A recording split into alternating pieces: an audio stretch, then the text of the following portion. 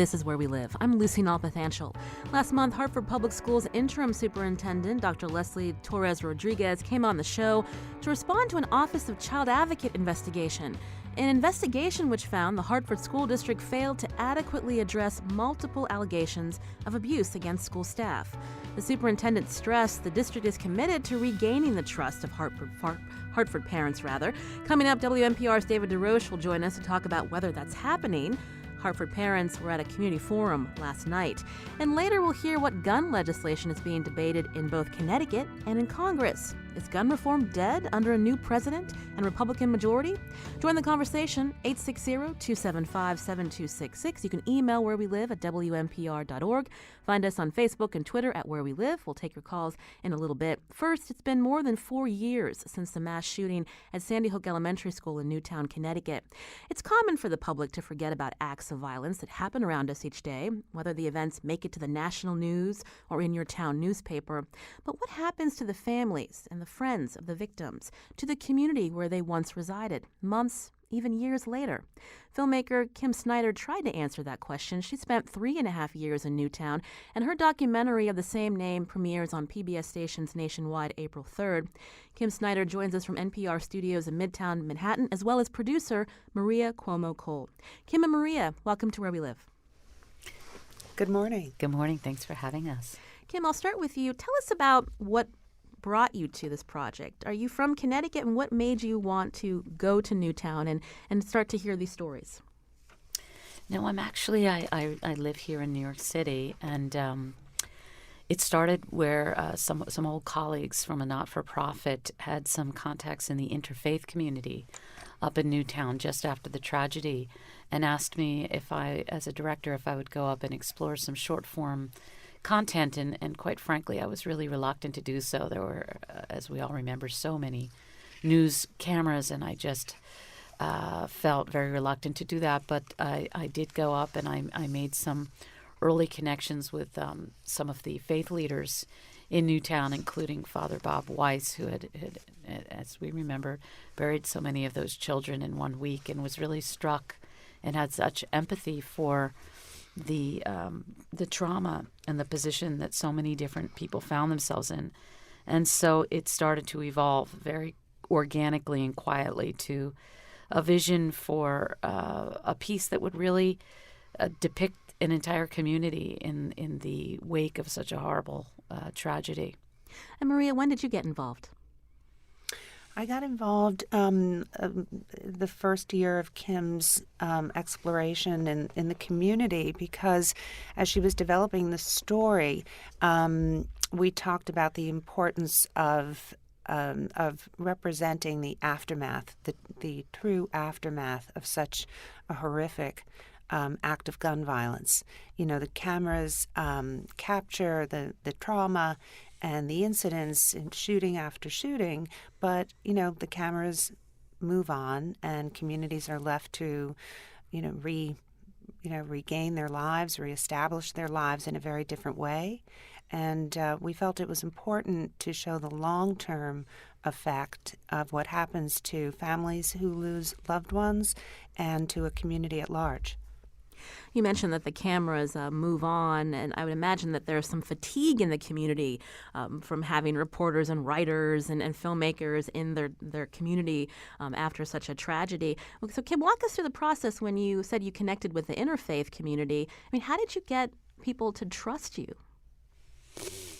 It's a great question. I mean, honestly, I had long conversations with a lot of the people who did ultimately participate in the film about long-form documentary, about the fact that I was partnering with PBS, with ITVS, which I'd done in the past, and how important it was to be able to, in some ways, give them back a voice or agency in something that wasn't, the news, I think, did as good a job as they could, but there are limitations because of, as Maria said, because of time and the next the next tragedy. And so we really wanted to spend time to break through what I saw was a sort of dangerous desensitization. And for those people who really felt that this needed to be acknowledged for what it was, and honored as a horrific scar and mark in American history. Those are the people who chose to, or they felt it cathartic to be able to bear witness to this. This is Where We Live. I'm Lucine Alpathanchel. I'm speaking to filmmakers Kim Snyder and Maria Cuomo Cole. They both worked on the new documentary film Newtown. It's premiering on PBS stations April 3rd. There's a community screening happening in Connecticut. We're going to give you the details just a little bit later. One of the family members, Kim and Maria, that opened up to you during your process of making Newtown was Mark Barden. He was one of the parents that was vocal about what happened to his family and the loss of his child, Daniel Barden. Let's hear a little of that part of that interview. I still dread that every day I live, I'm one day farther away from my life with Daniel.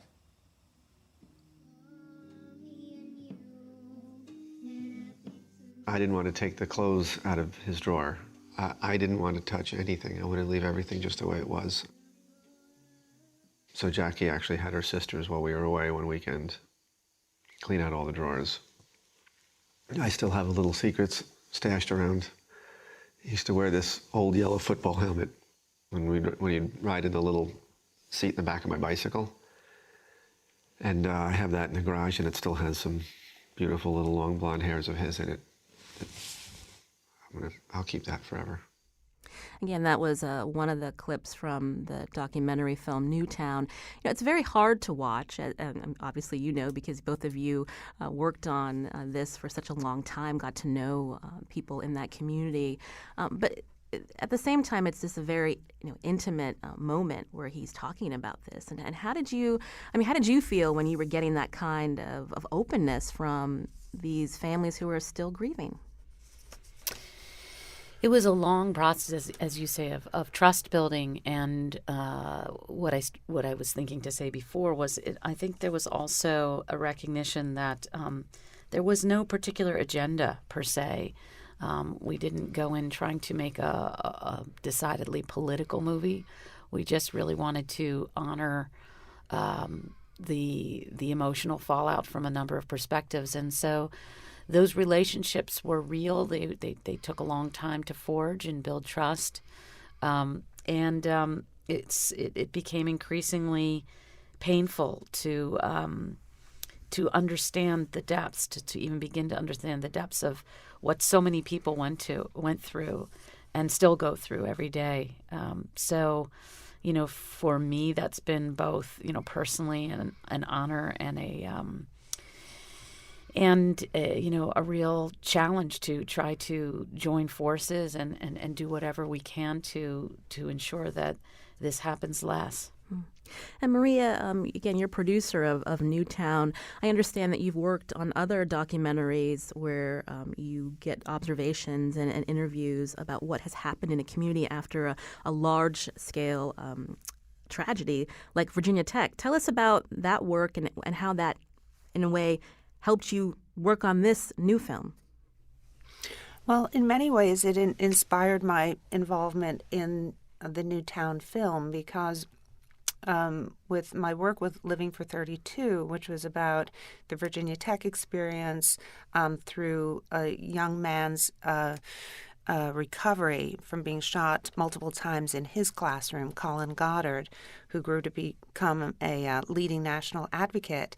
I was very much intrigued and resolute about the importance of continuing the story. So in the Virginia Tech community, we were able to tell the stories about the students' experiences, teachers, administrators who lost lives, lost loved ones. But the community moved on. It was a community in transition.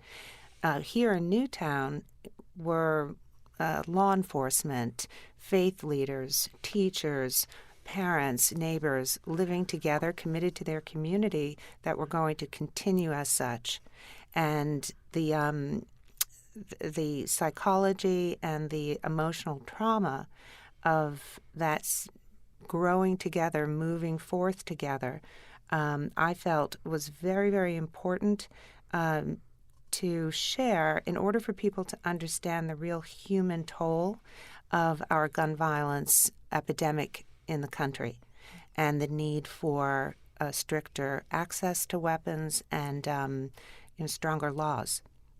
After Newtown, because of the magnitude of it, it got a lot of attention. Some of the families began to lobby for gun control. At the time, President Obama and many Democrats responded to that and tried to push through gun control measures that Congress ultimately did not vote on.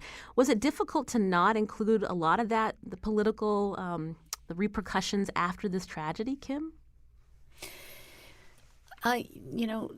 Not really, because we were so, Maria and I were both so on the same page about this being a very directed look, as we keep mentioning, about collective trauma and resilience.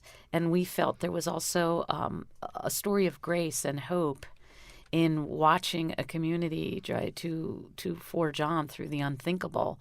Having said that, I think that now we see a lot of impact with the film, and one of the things that is heartening is I don't think there's a lot of films out there that get in through this particular emotional way that we hope takes this, that opens up dialogue and breaks out of this terribly polarized political space, that people want to be able to talk about how to keep their kids safe in school.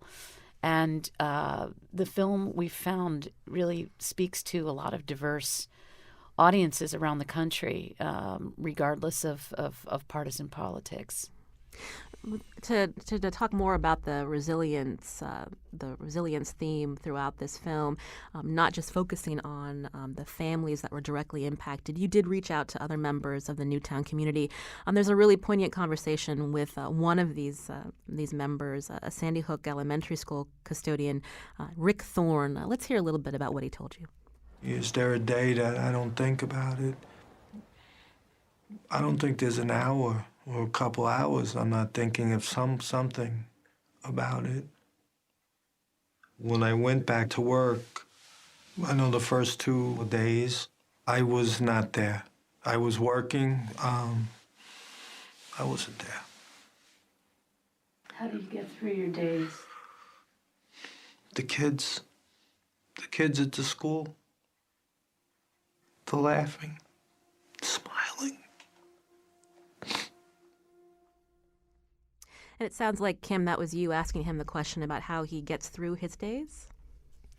Yes. I was so struck with Rick's position.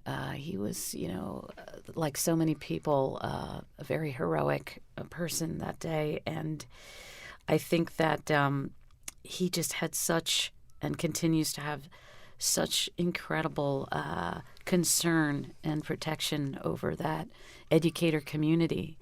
And it was important for us to recognize not only the heroism of their colleagues who they lost, but to again show that prism of what it was like for that community, that sub-community, to get up 2 days later and have to be there. And as they said, they needed to be there for the kids. And I know many of them have sort of gone on to see a lot of those children who survived through, the subsequent years of their schooling. As you did your process the last 3.5 years before you made the film Newtown, did you run across people in the community who were comfortable communicating to you or to Maria that they wanted to move on from this, that they don't want to see their town, the symbolicness of this will be what when people hear Newtown, they'll always think of this awful thing that happened. And if you did encounter people like that, I mean, how does that play out in the community between those who they want to remember who were lost and make sure that people don't forget what happened? Yes, well, I mean, I always like to preface, Newtown is 28,000 people, and I certainly can't speak for the town, but in observing it and becoming a part of the group of people that we did, become part of their lives.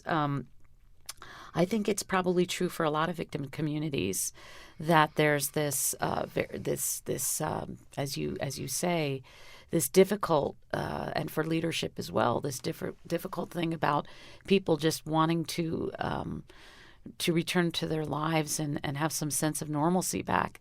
But at the same time, early on, we heard this mantra continuously about not wanting to be just remembered as a place of tragedy, but as a place of meaning. And that's certainly something we saw, not just by way of making changes in policy, but it was a special community. I think before this happened, it continues to be a special community. And I think that it's a tricky thing because as much as maybe just after the tragedy there was a trauma an added trauma from the media, it's also, I think, disturbing to travel the country and learn that since then, there's been over 1,200 mass shootings, if you define them as 4 or more people at the same time being shot. And now you have people that don't remember. They actually don't know the name Newtown or Sandy Hook. And that's, I would think, also really troubling for people to just forget something that town, and I would say all of Connecticut, was traumatized, can never forget. You mentioned the mass shootings, and Maria, if you'd like to respond as well to this next question.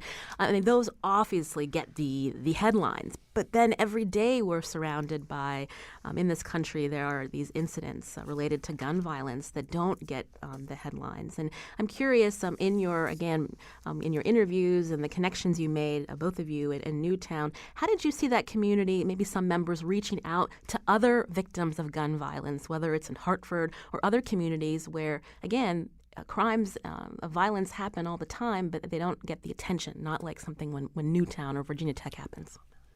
That is absolutely true, and it's it's a big part of the reform movement in terms of coalition building and communities caring for one another. 90 people a day are murdered by gun violence in the United States, and many, many more are injured. So the ripple effect of impact is really tremendous, and at epidemic levels, it is really fair to say. The experiences of Chicago, a city like Chicago, or other urban areas around the country are very much supported and at the forefront of the effort to strengthen gun laws. And in fact, we've just produced 3 webisodes, one of which addresses this issue specifically, about a Reverend Pastor Sam Saylor in Hartford who's building coalitions, suburban-urban alliances to help push forth reforms on state levels and nationally, and more importantly, just to create greater empathy for victims' families and communities. Yeah, and I would just add to that we're actually, together with PBS, having an event at Wesleyan that will bring together some of the community from Hartford and Newtown, and some of those alliances that were built early on just after the tragedy. And we'll tweet out. We'll tweet out that information at Where We Live. And I wanted to ask the next question about obviously this film has been screened nationwide. It's screened at Sundance. You have that event happening at Wesleyan University on Saturday. What's been the response?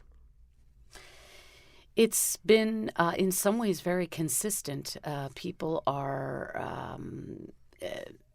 It's been very powerful. It's hard to put into words.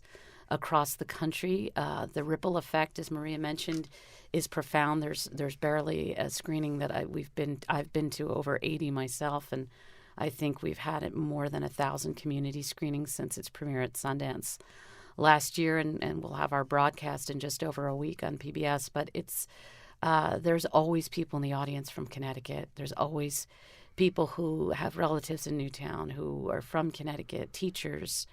It's resounded very loudly with students, with clergy, and that's really what we want to do with our impact campaign, is to help lift up those voices of concerned teachers and law enforcement and clergy that just want to have civil dialogue as a nation around this issue and reduce and see it as the public health crisis that it is.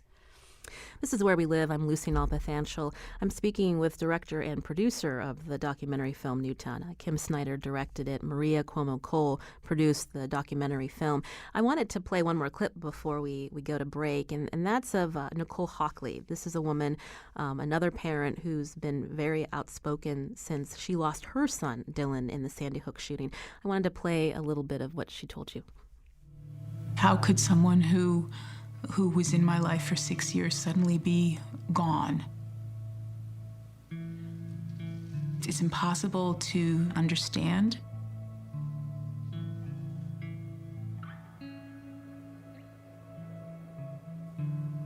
But he was here. He did exist. And he has a legacy that I have to fulfill for him. And that I will fulfill for him. And Kim, I'll go back to you. When we hear that clip of Nicole Hockley, her desire to keep his memory alive, to keep his legacy going, it sounds like that's what's keeping her going. And did you sense that she has hope? Yes, I mean, so many of the families and others have created different ways of honoring those who were lost and their legacies. And in the case of Nicole, she and some others and Mark Barden had started this organization, Sandy Hook Promise, which is doing wonderful work to really train teachers and students around the country to look for signs even before the gun and to move into that space. And I know there's just so much other great work that has been inspired, as I said, in an attempt to transform tragedy into meaning. The film Newtown premieres on PBS stations April 3rd. Now, CBTV and Independent Lens is presenting a free screening of the film at the Ring Family Performing Arts Hall at Wesleyan University. That's next Saturday, April 1st. We've tweeted out that information. We'll also have that information on our website, WNPR.org/wherewelive. Director Kim Snyder and producer Maria Cuomo-Cole, thank you so much for joining us today. Thank you so much.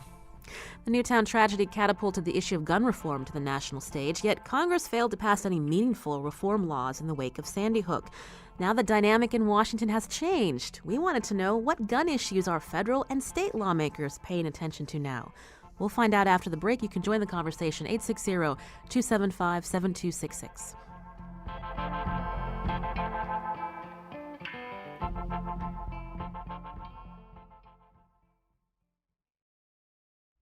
This is Where We Live. I'm Lucy Nalpathanchel. As we heard, some Newtown families affected by the Sandy Hook shootings devoted themselves to efforts to enact gun reform laws after the tragedy. President Barack Obama was one of many Democrats who pledged their support of those measures, including universal background checks, among others. Ultimately, Congress refused to act, and now the dynamic in Washington has changed. So what, if any, bills on gun issues could pass under President Trump and the Republican majority Congress? Will gun rights now take center stage? To answer that question, joining us by phone is Michelle Gorman, political reporter for Newsweek. Michelle, welcome to the show. Hi, thank you for having me.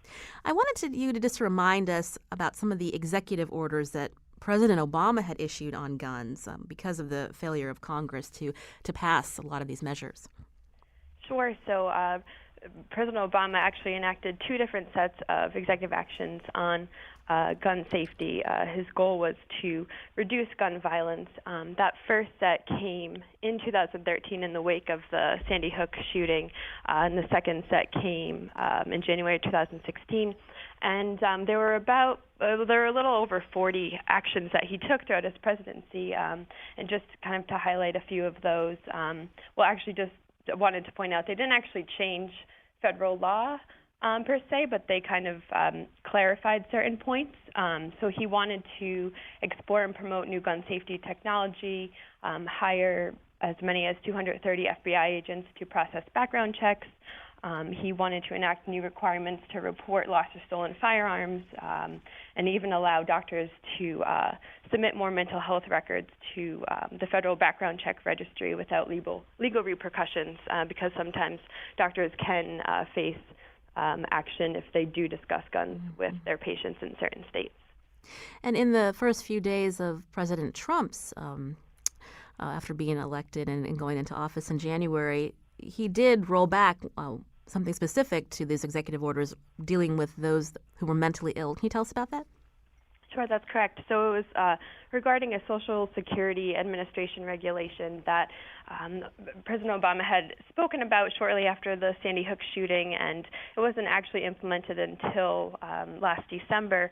So it was only in place for 2 months, but basically it was its goal was to prevent certain individuals with mental health conditions from buying firearms.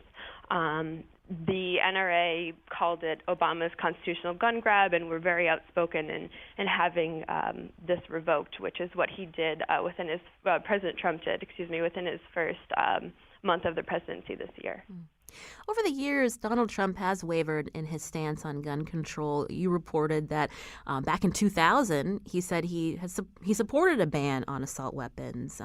Maybe also, I think, also slightly would support a slightly longer waiting period to purchase a gun. So how has his stance wavered over the years? Yeah, that's correct.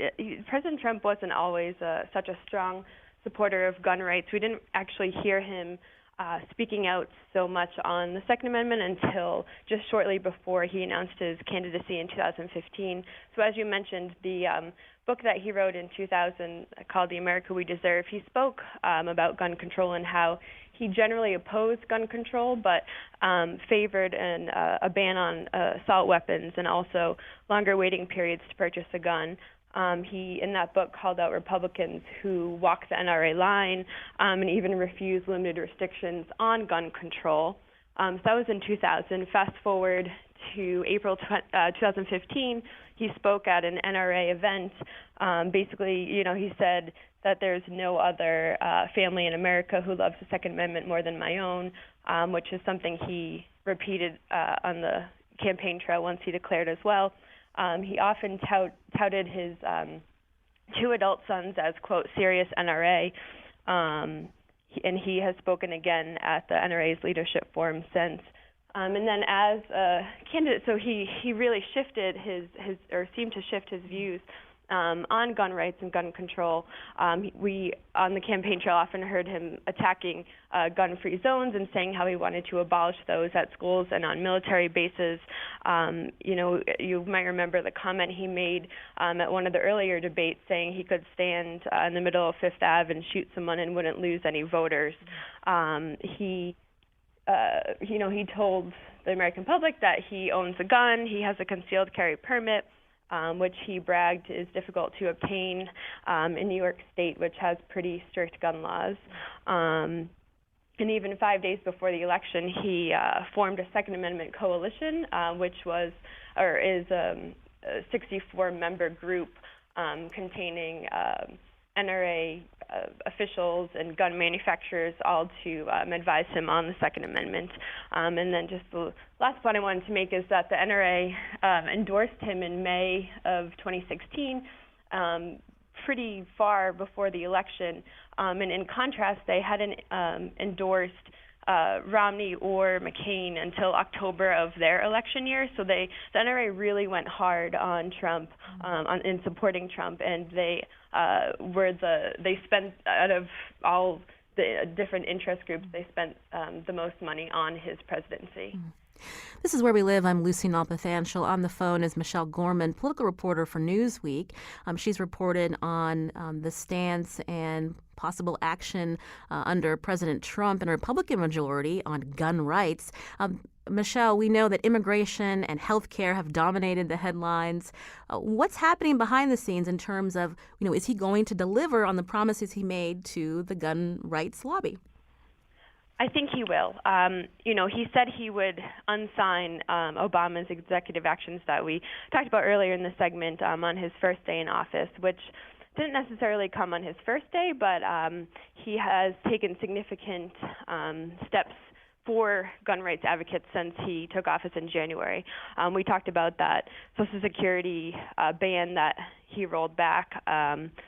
And there's also the Veterans Second Amendment Protection Act, which is bound to reach his desk. I think the GOP-controlled Congress is, I think they see an ally in Trump with the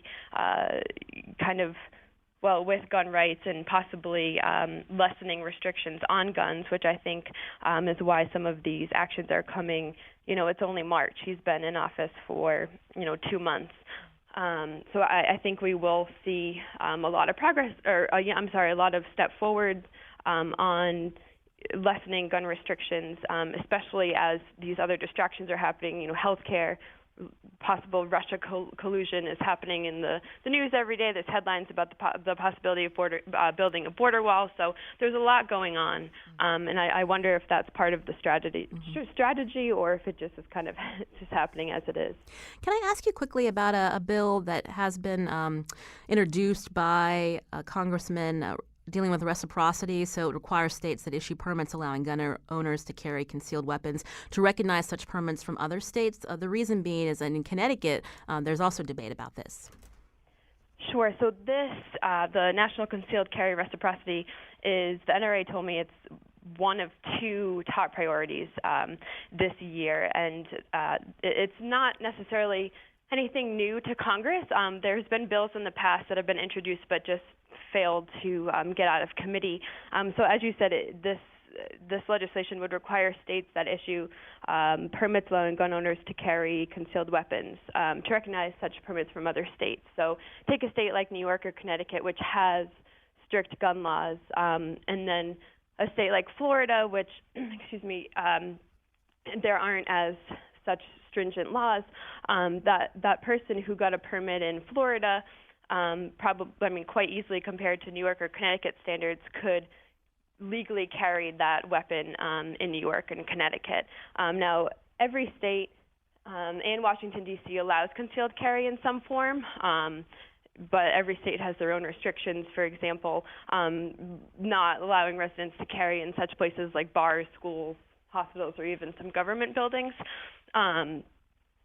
So the NRA, their argument is that this is a common sense solution to a real problem, because they say that it's confusing for gun owners who want to travel with their firearms to go to different states and not understand what those state laws are, and potentially, be arrested for having a firearm in a luggage or whatever the case may be.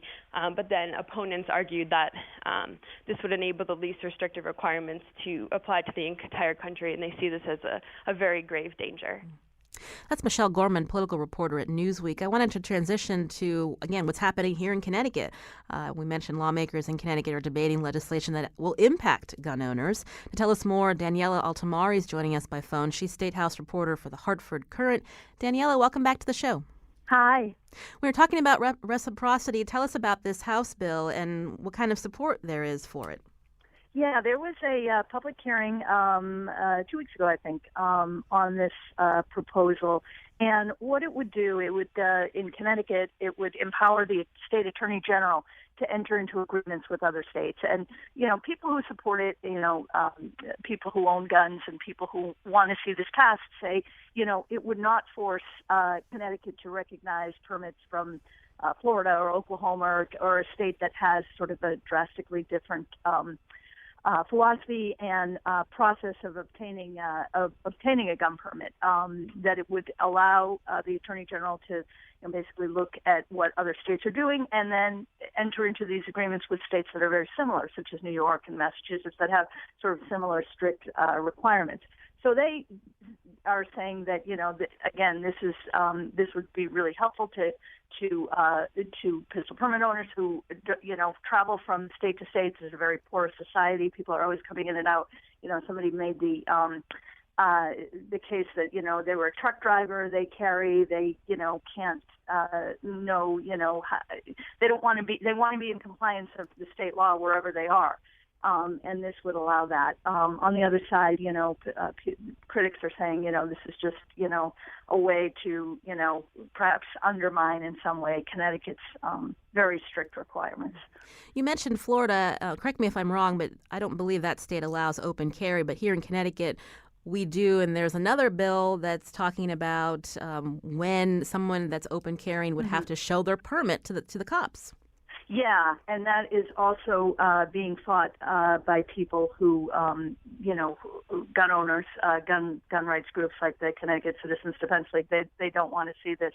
That was also subject of a public hearing, and those are really the two major bills this session. I mean, there isn't, obviously after the Newtown tragedy, there was a huge overhaul of states' gun laws, and we're not seeing that this year. These are sort of, they're obviously important legislation, but they're, in some ways, a little bit more incremental than some of the proposals that passed, shortly after Newtown. Daniela, so again, these are two bills. Have they been voted out of committee? Are they going to get to the floor? They have not been voted out of committee, but there's still plenty of time. There is a third proposal that is not that is a budget issue, although, again, to gun owners, they read this very differently. The governor in his budget proposal is calling for a very steep several $100 increase in gun permit fees. And, it's presented as part of the budget, and lots of things are going up, and lots of property tax credit, other things are being done away with. But for gun owners, given this strained relationship that they've had with this very pro-gun control governor and administration and legislature, frankly, they are, gun rights groups are reading this as, perhaps another assault and another, something else to fight. And there's been a lot of chatter about that as well. And we know the deficit's a big problem. So of the three bills, would that one have the most legs, Daniela? There's extra money for the general fund? It's tough to say. Certainly the deficit is driving all discussions, even philosophical discussions about, how guns should be regulated in the state. So, clearly that's a driving force. But, who knows? I mean, it's early, deals get made, things happen over there that, maybe you can't always predict. But, certainly that's drawn a lot of attention and a lot of criticism from gun owners. Again, this is Where We Live. We're talking about the future of gun legislation, not only on the federal level, but here in Connecticut. We're going to head to break soon, but we have a call. John from Glastonbury. John, quickly, before we go to break. Hey, how are you? Thanks for taking my call. I just wanted to say that, I've got relatives that were actually in Newtown at the time of the shooting, and I think the entire conversation is very disingenuous and to suggest that people that are against some of the gun legislation that's been proposed are unsympathetic or unfeeling. And what really frustrates me is that there's a lot of solutions that we're not even talking about.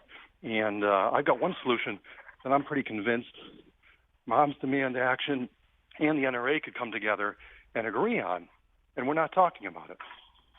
All right, John. Well, I don't think we were suggesting that at all, but we appreciate your comment. And you're right. Maybe people on different sides of the issue should come together on many different conversation pieces, but we appreciate your call. We got to go to break, but I do want to thank Daniela Altamari, State House reporter for the Hartford Courant, and Michelle Gorman, political reporter for Newsweek. And we'll have to check in again near the end of the session and see what happens in Congress. Michelle and Daniela, thank you so much for your time. Thank you. Thanks for having us. Next, we get an update to a segment Where We Live did last month after a damning report shed attention on the way Hartford Public Schools failed to respond to allegations of abuse by school staff. That's next.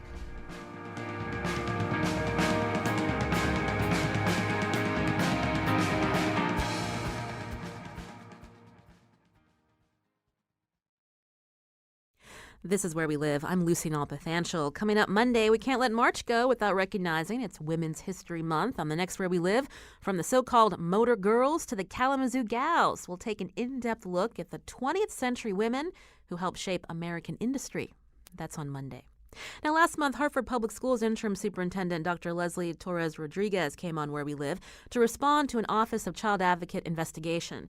An investigation which found the Hartford School District failed to adequately address multiple allegations of abuse against school staff. The superintendent stressed the district's committed to regaining the trust of Hartford parents. How's that going?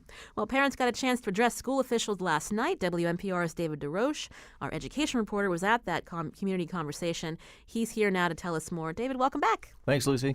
So who was at this event last night? What was the purpose? So about half of the seats were filled. It was about, it seems like there were about 100 chairs there, and it was mostly parents, other community members. Craig Stallings from the Board of Education, the Board of Education chairman was there speaking, the superintendent, and also Sarah Egan, the child advocate, was there also presenting. You said there was only half of the room was filled. Are you surprised by that, given the response to this, again, investigation that found that there were some substantiated claims, some unsubstantiated about allegation, but the way the school district handled it was poor? Right. I think it was a little bit surprising for some people. I've tried to get a sense of how the district had promoted it. I'm not sure if they had sent out district-wide emails or I know they had tweeted some information about it. I know a parent organization had released some information about it. But certainly there's going to be a number of reasons why parents couldn't show up. They either had to work or had to take care of children. But the district is planning a couple more of these events, and they are offering childcare, and they are offering free pizza. But the thing is that these events are kind of geared toward getting these conversations going, because one of the things that they say needs to happen is have more of these conversations, because this is an issue that has been a problem for a long time in the district. You talked to some parents. One was Sapphire Snyder. What did she say? So Sapphire is a mom of a 7-year-old kid at Milner School. That was where the event was. And she, like a lot of parents, told me that things happen in the schools that just really don't ever get addressed. It kind of scares me to know that children were being molested or neglected and abused, and nobody said. Could you imagine how them children felt coming to school every day? Did Sapphire tell you if she felt that now that this has come to light that people will be held accountable? Well, that was one of her concerns, is that, who is going to be held accountable? So we're told that everybody who was involved in the specific incident that sparked the Office of the Child Advocate investigation, that all the employees have been let go or no longer with the district. They didn't specify whether they were let go or not, but they're no longer with the district. But people are still concerned that there are other people in the district who might have known and done nothing. The child advocate talked about this, how there might have been allegations levied against an employee, but those allegations were never substantiated, so those employees are still in the district. And that was one of the things Stephanie talked about. She really wants to know if these people will be held accountable. I hope they all held responsible. All the teachers and administrators and everybody that were involved from 2006 to 2016, they need to be fired. All the schools. I don't care if they have to wipe a school out of all teachers and administrators. Everybody needs to be fired, because nobody's baby should have to go through coming to school and being touched inappropriately and no one's listening. And that raises the question, who are the people at the table when something like this happens and there needs to be an investigation, David, that involves leadership within the school? When does the state get involved? When does the State Department of Children and Families get involved? What's the union's role in this as well? Right. So it appears to be complicated, but it's really not. So if anybody hears of an allegation of abuse or neglect, they have 12 hours to report it to DCF or the police. That's basically how it goes. You're not obligated to investigate yourself. You're not obligated to try to substantiate it. And this was something that the superintendent was trying to reiterate last night, was that there might have been confusion over what people are supposed to do, but the law is very clear. You should just report it. Even if you don't know whether it's true or not, if you hear that it's happened, then you're supposed to report it. And one of the things that I thought was interesting was that the Board of Ed Chairman Craig Stallings was also there, and he talked about how he disgusted and angry he was, but also how he wasn't really surprised that this has been happening. As a student, I've seen a lot of this. I've witnessed a lot of it. I heard a lot of it, and I went to Fox Middle. There was administrators there that were completely questionable. And no one intervened and no one said anything. And so years later, I see a lot of people that lives were completely ruined, and it was in the 7th grade. Like when you think back, I can almost visualize the day that particular person's lives was ruined. This is the new Board of Education Chairman, Craig Stallings? Yes. And he's saying that this doesn't surprise him because he went through the schools and it happened then? Right, and I think even he admitted that it was kind of unfortunate that it wasn't surprising. And I think perhaps, maybe not in his case, but for a lot of people, they might have been desensitized because of how long it's been going on. But this Office of the Child Advocate report seems to awakened a lot of people. If this happened at a suburban school, there's sentiment in the community that this might have been taken more seriously. What are you hearing from parents? That didn't necessarily come up last night. The issue that was really just kind of reiterated consistently by the parents was that they raise concerns that tend to go nowhere. The superintendent, who is the acting superintendent, she's been in the position for a few months now, really hammered home that she's in the position of authority now, and that she really wants to take it seriously and kind of move the district in a different direction. And she urged parents who felt like they were not getting anywhere with their concerns to come directly to her. Now, Dr. Torres Rodriguez is also one of the finalists for the permanent position. That's right. And when you talk to parents, I mean, do they feel like they now have some people that are in these authority positions that are really listening to them? That was one thing that that they did mention. So before the meeting, when I talked to parents, the sentiment was very concerned. And they expressed a lot of their concerns during the conversation. But then afterwards, there was a sense that they were heard, that they were listened to, and that the district was going to take it seriously. They wanted to also keep open the option of legal challenges should the district not move forward. So that is still an option. They haven't gone in that direction yet, but obviously it's still something they could consider. Do we know if any lawsuits have been filed related to these allegations that were investigated? I haven't seen anything or heard anything. Certainly there have been a lot of talk, been some reports that there has been some consideration, but I haven't seen anything official yet. This is Where We Live. I'm Lucy Nalpathanchel. Our education reporter David DeRoche is in studio. We're just getting an update on a community conversation held in Hartford after an Office of Child Advocate report showed that allegations of abuse and neglect, they weren't followed through within the Hartford Public Schools. And we want to take a quick call now. Larry is calling from Hartford. Larry, you're on the show. Yes, thank you. It looks like there's a crisis in confidence in public officials. I'll say as a city council member that people have come up to us and say, why can't you do something? As a doctor, people know that I'm a mandated reporter. But in terms of the appeal for a legal examination, we have submitted some of the facts, but yet the chief attorney for the Board of Education apparently is we're told may be leaving, and parents, I think, want to see if justice can be done. Likewise, appealing to the state's attorney's office, that's Hardy, there has been just a dismissal of that claim without an adequate time to investigate with parents and others being questioned. So the parents are certainly right to be outraged that public officials have not responded with the promptness and the firmness, including those who are permitted to leave without any consequence. And whether that means the attorney for the Board of Education, name is Cutler Hodgman, or the state's attorney, name is Hardy, who haven't really pursued it, it's understandable that the public gets disillusioned, and we hear about it.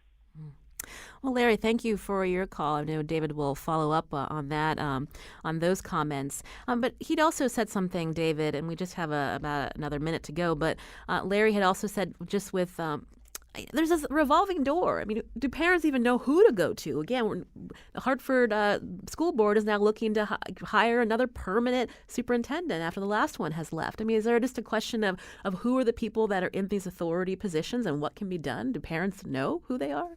Sure. I mean, that's certainly an issue that's been going on for a long time. I think one of the issues that was brought up last night was union authority and the perception that unions have these protections, whether or not those protections impede their ability to take these allegations seriously or not is up to be determined. But the Office of the Child Advocate, Sarah Egan, mentioned that if legislation is needed to enforce these laws, then that's what needs to happen.